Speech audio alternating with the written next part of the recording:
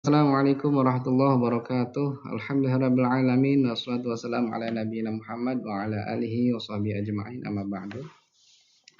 Alhamdulillah kita ketemu lagi di mata kuliah yang sama fikih muamalah bersama Dede Abdurrahman. Minggu lalu kita sudah bahas berkaitan dengan waliku fikih muamalah serta gambaran tentang akad-akad yang ada dalam fikih muamalah. Mudah-mudahan pertemuan hari ini semuanya dalam keadaan sehat walafiat dan berbahagia. Amin ya rabbal alamin. Baik, hari ini kita akan bahas dengan prinsip-prinsip muamalah. Bagaimana akad-akad yang ada di dalam suatu transaksi muamalah yang berbasiskan pada syariah itu harus memenuhi prinsip-prinsip ini. Sini saya menyampilkan ada 7 prinsip. Yang pertama adalah ikhtiari. Apa itu ikhtiari? Ikhtiari itu salah satu bentuk kesepakatan kedua belah pihak. Artinya bahwa nasabah dan lembaga itu harus sama-sama sepakat. Tidak ada yang merasa terpaksa. Tidak ada yang merasa dipaksa. Kemarin sudah melakukan penelitian di BMT. Ada nasabah yang melakukan akad transaksi murabahah 20 juta. Yang kemudian BMT melakukan penawaran kepada nasabah tersebut, kepada anggota. Jadi kalau BMT itu istilahnya anggota, bukan nasabah. Kalau nasabah itu untuk perbankan. BMT menawarkan jasa atau margin kepada anggotanya sebesar 600.000. Nah, lalu maka ketika anggota menyepakati, penyepakatannya itu jangan dilakukan karena unsur keterpaksaan.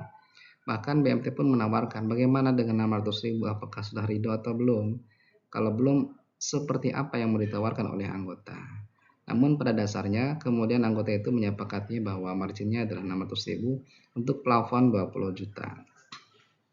Nah, maka ikhtiari harus terpenuhi. Yang kedua adalah amanah. Amanah itu kepercayaan yang diberikan oleh lembaga kepada anggota atau nasabah bahwa apa yang dilakukan dalam satu akad tersebut harus digunakan sebagaimana tujuan akad. Ya, misal ketika anggota atau nasabah melakukan akad murabahah, maka uang tersebut digunakan untuk akad murabahah. Ketika murabahahnya adalah untuk pembelian kendaraan barangkali, maka uang tersebut ditasarrufkan untuk membelikan kendaraan. Dan biasanya ini menggunakan akad wakalah kalau di perbankan. Dan hampir semuanya akad wakal ditambahkan dengan akad wakalah. Karena perbankan itu bukan lembaga pengadaan barang, atau BMT juga bukan lembaga pengadaan barang, tapi penyediaan modal usaha atau modal untuk yang lainnya. Sehingga lembaga butuh yang namanya pihak ketiga. Ketiga kendaraan berarti butuh yang namanya dealer atau barangkali ya. Yang ketiga adalah ikhtiyati. Ini perlu sangat harus hati-hati bagi lembaga ketika akan menyalurkan pembiayaan kepada nasabah. Kenapa harus hati-hati? Karena harus ada identifikasi usahanya apa, lalu bagaimana laporan keuangan pada tiap-tiap bulannya, dan ini akan mempengaruhi kepada pembayaran hutang setiap bulan ke depan. Jadi ketika lembaga tidak bisa membaca laporan keuangan nasabah, maka itu bisa terjadi masalah. Nah, ini untuk meringankan, meminimalisir permasalahan tersebut. Atau bisa mengukur kemampuan nasabah. Dia mampunya berapa? Sehingga pembiayaan menyesuaikan kemampuan nasabah. Ketika nasabah mengajukan 20 juta, ternyata bank telah menilai bahwa nasabah mampunya pembiayaannya 10 juta, maka akan diberikan 10 juta. Dan itu bergantung juga kepada nasabahnya apakah mau atau tidak. Kemudian adalah akad syariah harus memenuhi prinsip yang namanya saling menguntungkan. Apa itu menguntungkan? Ya, dengan adanya akad tersebut, kedua belah pihak harus diuntungkan, tidak boleh dirugikan. Atau hanya menguntungkan salah satu pihak juga tidak diperbolehkan. Kedua belah pihak harus saling menguntungkan. Kemudian selanjutnya adalah taisir, kemudahan.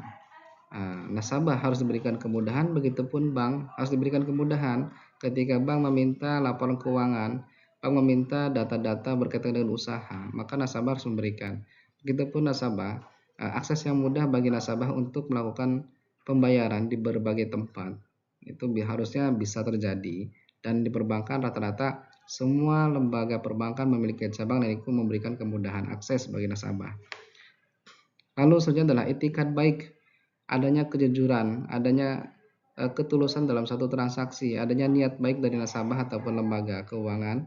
Contoh misalkan ketika nasabah mengalami kebangkrutan, barangkali di perjalanannya atau mengalami penurunan dalam usaha, maka harus ada minimal informasi kepada perbankan, kepada lembaga, sehingga tidak terjadi miskomunikasi. Bagaimana solusinya? Nah, itu yang akan dibahas oleh kedua belah pihak gitu kan. Yang penting ada itikat baik, memberikan informasi bahwa usaha kami sedang mengalami penurunan pendapatan atau mengalami kebangkrutan dan seterusnya. Nah, salah satunya itu. Paling tidak walaupun usahanya menurun, ya dibayarkanlah semampunya. Dan perbankan atau lembaga harus memberikan rukhsah keringanan bahwa memang dalam keadaan yang seperti itu ya berarti ya jangan dipaksa untuk melunasi di bulan yang sama gitu kan. Artinya bahwa memang harus ada etikat baik kedua belah pihak sehingga adanya komunikasi yang baik akan memberikan suatu solusi yang terbaik buat kedua belah pihak. Selanjutnya adalah harus sebab yang halal. Adanya akad ini tujuannya adalah kepentingan yang halal, bahwa nasabah mengajukan usaha, usahanya harus yang halal. Begitupun dengan perbankan, ada harus sebab yang halal memberikan usaha kepada nasabah, tapi dengan catatan bahwa usaha nasabah itu memang harus dipastikan itu halal, sehingga adanya SDM dari lembaga harus turun ke lapangan mengecek apakah betul atau tidak bahwa usaha yang diajukan oleh nasabah itu sesuai dengan apa yang disampaikan pada saat pengajuan. Selanjutnya adalah berkaitan dengan prinsip-prinsip dalam akad syariah yang sangat dilarang dalam Islam. Pertama, adanya riba. Transaksi harus bebas dari yang namanya riba. Apa itu riba? Bagaimana itu riba macam-macamnya? Ini perlu pembahasan mandiri, tidak bisa digabungkan dengan materi yang lainnya. Karena riba ini memang harus dibahas secara utuh, ya, tidak bisa dipisahkan. Jadi cukup harusnya satu pertemuan mungkin kurang ya untuk mendalami apa itu riba. Lalu kemudian ada maisir perjudian, bahwa apa yang diberikan oleh lembaga kepada nasabah jangan sampai uang itu digunakan untuk judi. Karena ini dilarang dalam Islam. Lalu bagaimana ketika misalkan merubah, lalu ada uang sisa lalu digunakan untuk judi? Ya tentu tidak boleh. Walaupun sebagian digunakan untuk merubah, tidak boleh digunakan untuk judi. Selanjutnya adalah gharar, harus bebas gharar, ketidakpastian. Usaha yang tidak pasti jangan diberikan oleh lembaga kepada nasabah. Jadi memang harus mengecek ke lapangan apakah usahanya benar atau tidak, ada atau tidak. Jangan-jangan tidak ada usahanya tapi data yang diajukan adalah untuk usaha, sehingga ini ketidakpastian dan ini akan merusak dalam pembayaran setiap bulannya. Lalu selanjutnya adalah tadlis, menghindari penipuan. Nah ini juga harus sangat hati-hati, makanya di awal tadi data nasabah itu harus detail. Jangan-jangan memang nasabahnya bukan alamat yang sesuai KTP sehingga ketika diberikan pembiayaan lalu kabur begitu saja, sehingga bank ya secara pembukuan ya dia bisa di blacklist lah dari keuangan perbankan, tapi kan ini merugikan perbankan. Begitupun dengan perbankan, begitupun dengan nasabah itu harus hati-hati. Barangkali tiba-tiba mendapatkan pembiayaan padahal tidak melakukan akad apapun di perbankan. Tiba-tiba dapat tagihan barang. Ini juga jangan sampai lembaga melakukan penipuan yang seperti itu. Jadi kedua belah pihak sama-sama harus berhati-hati. Selanjutnya adalah berkaitan dengan ini elemen akad ya. Elemen akad itu akidain, harus sesuatu yang harus ada dalam akad ya. Adanya kedua belah pihak akidain, yakni di sini adalah lembaga dan nasabah atau anggota. Lalu ada objek akad. Kemudian ada tujuan dari akad itu sendiri, tujuannya untuk apa. Lalu ada syighot itu adalah ijab dan qabul, adanya penyerahan dari lembaga kepada nasabah dan nasabah menerima. Assalamualaikum warahmatullahi wabarakatuh. Alhamdulillahirabbil alamin wassalatu wassalamu ala nabiyina Muhammad wa ala alihi washabihi ajma'in, amma ba'du.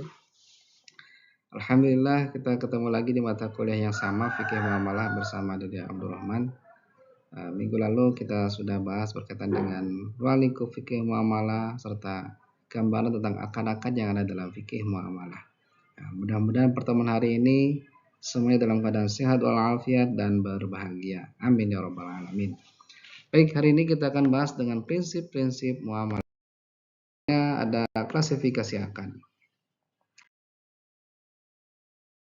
Dalam akad itu ada 3 macam. Yang pertama akad yang sah, akad yang fasad atau rusak, dan akad yang batal atau batal demi hukum atau dapat dibatalkan secara hukum. Oke, akad yang sah yang seperti apa? Akad yang sah itu adalah akad yang memenuhi rukun dan syarat. Itu namanya akad yang sah. Kayak tadi akidain ada, objek akad juga ada, lalu syighotnya juga ada, tujuannya jelas, maka rukun dan syaratnya terpenuhi, maka menjadi akadnya sah. Lalu bagaimana dengan akad yang fasad? Yang fasad itu adalah akad yang rusak ketika syarat dan rukun terpenuhi, namun salah satu di antara syarat dan rukun ada yang rusak. Contoh misalkan akidain, kedua belah pihak ada lembaga, lalu ada nasabah. Akan tetapi ternyata dalam proses akad, nasabahnya itu belum cukup dewasa atau belum cakap hukum. Nah, padahal ada akidainnya, ada nasabahnya, ada perbankannya juga ada, lembaganya juga ada. Tapi di pihak akidain dia belum cakap hukum sehingga rusak. Kalau dalam Islam dia belum dewasa, belum baligh lah. Maka ini tidak diperkenalkan dalam melakukan suatu transaksi. Akad syariah tidak diperbolehkan. Oke, selanjutnya adalah akad yang batal. Ini akad yang tidak memenuhi rukun dan syaratnya. Maka ini batal demi hukum. Ketika akan transaksi, ternyata nasabah tidak ada, tidak datang, tapi lembaga tetap melaksanakan akad tersebut. Nah, maka ini batal demi hukum, dapat dibatalkan. Ini tidak diperbolehkan gitu loh. Sehingga di perjalanan ketika terjadi, nasabah bisa mengajukan bahwa nasabah tidak melakukan tanda tangan di akad tersebut. Nah, ini kan menjadi masalah nantinya. Makanya ketika rukun dan syarat tidak terpenuhi, maka ya akadnya batal atau dapat dibatalkan. Lalu akibat dari terjadinya akad, apa yang terjadi ketika akad itu dilaksanakan? Maka yang pertama adalah menjadi undang-undang bagi kedua belah pihak. Artinya, lembaga dan nasabah harus melaksanakan apa yang tercantum dalam akad. Akad yang sah, kesepakatan yang mengikat secara hukum. Tapi ketika akad yang fasad rusak, ya tidak bisa dilaksanakan. Begitupun dengan akad yang batal. Nah, ini ceritanya ketika akadnya sah, lalu kemudian apa dampaknya ketika akad itu sudah dilaksanakan? Maka kewajiban hukum kedua belah pihak harus terpenuhi. Lalu kemudian adanya kepercayaan kedua belah pihak. Artinya kepercayaan tersebut jangan disia-siakan. Kepercayaan diberikan oleh lembaga kepada nasabah harus dimanfaatkan sebaik-baiknya. Begitupun dari nasabah kepada lembaga. Gitu. Oke, lalu ini ada video berkaitan dengan akad murabahah. Bisa dilihat, dicermati. Nanti mahasiswa boleh mereview dari video ini di YouTube ya. Ini bukan punya saya, di YouTube. Videonya jadikan bahan review minggu depan ya. Tugasnya adalah mereview apakah video tersebut sudah sesuai dengan unsur akad-akad yang disampaikan pada pertemuan hari ini. Kita akan bahas satu persatu dari setiap tugas mahasiswa. Terima kasih, kita ketemu minggu depan. Syukur jazilan ala ihtimamikum. Wallahul muwaffiq ila aqwamit thoriq. Assalamualaikum warahmatullahi wabarakatuh.